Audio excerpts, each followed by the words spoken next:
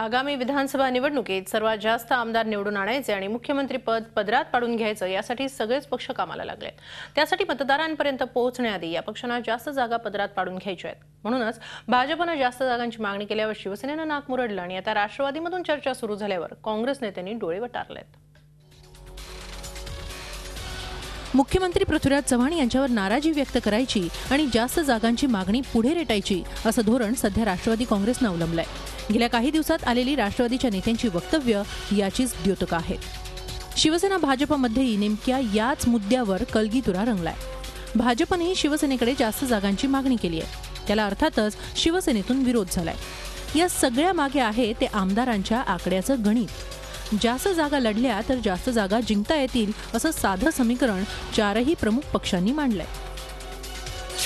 सध्याच्या विधानसभेत सत्ताधारी काँग्रेस राष्ट्रवादी आघाडीकडे 144 तर महायुतीकडे 90 आमदार आहेत। काँग्रेसनं लढलेल्या 170 जागांपैकी 82 जागा जिंकल्या, तर राष्ट्रवादी काँग्रेसचे 113 पैकी 62 आमदार निवडून आले। युतीमध्ये शिवसेनेनं 160 जागा लढल्या आणि त्यांचे 44 आमदार निवडून आले, तर भाजपने 119 पैकी 46 जागा मिळवत शिवसेनेवर कडी केली आणि विरोधी पक्षनेतेपदही पदरात पाडून घेतलं। विभागनिहाय विचार करायचा झाल्यास मुंबईमध्ये 36 जागांपैकी काँग्रेसला 17, राष्ट्रवादीला 3, शिवसेनेला 4 आणि भाजपला 5 जागा मिळाल्या।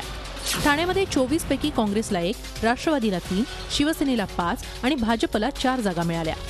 कोकण विभागातल्या 15 जागांपैकी काँग्रेसला 2 जागांवर, राष्ट्रवादी 5 जागांवर, शिवसेना 4 आणि भाजप 1 जागेवर विजयी झाली। पश्चिम महाराष्ट्रात 70 पैकी काँग्रेसचे 14, राष्ट्रवादीचे 24, शिवसेनेचे 9 आणि भाजपचे 11 आमदार निवडून आले। मराठवाड्यामध्ये 46 जागा आहेत, त्यापैकी 12 जागा काँग्रेसला आणि 18 जागा राष्ट्रवादीला मिळाल्या। शिवसेनेला 7 आणि भाजपला 2 जागांवर समाधान मानावं लागलं। उत्तर महाराष्ट्रामध्ये 35 जागांपैकी 6 जागांवर काँग्रेस, 9 जागांवर राष्ट्रवादी, 7 जागी शिवसेना आणि 4 जागी भाजप विजयी झाला। तर विदर्भामध्ये 62 जागांपैकी काँग्रेसला 24, राष्ट्रवादीला 4, शिवसेनेला 8 आणि भाजपला 19 जागा पटकावता आल्या। 2009 मध्ये जास्त जागा लढूनही शिवसेनेचे भाजपपेक्षा कमी आमदार निवडून आले। आता तर आपल्या पक्षाची लाट असल्याचा गवगवा भाजप नेते करतायत। आता केंद्रात काँग्रेस बरोबर सत्तेत नसल्यामुळे राष्ट्रवादीची आघाडीतली बंधनही शिथिल झाली आहेत। राष्ट्रवादी काँग्रेस आता जास्त दबावाचं राजकारण करेल। पुढच्या काळात जमलं तर जास्तीत जास्त जागा घेण्याचा प्रयत्न करू।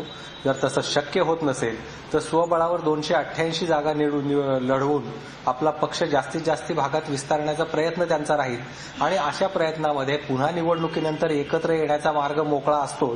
तो 99 सालीही त्यांनी वेगळं लढून एकत्र आले होते, तशी त्याची पुनरावृत्ती याही निवडणुकीत होऊ शकते। साम दाम दंडभेद यापैकी कोणत्याही मार्गाचा वापर करत पहिलाच नंबर पक्ष राहावा यासाठी राजकीय नेते धडपडतायत। कारण याचं कारण आहे जो पहिला त्याचाच मुख्यमंत्री। यामुळेच की काय भाजप असेल किंवा राष्ट्रवादी असेल यांच्यात जास्तीत जास्त जागा मिळवणं आणि त्यातून सत्ता प्राप्त करणं हेच ध्येय सध्या सुरू आहे। ज्याच्या हाती ससा तो पारधी या म्हणीनुसार ज्याचे जास्त आमदार त्याचा मुख्यमंत्री होणार।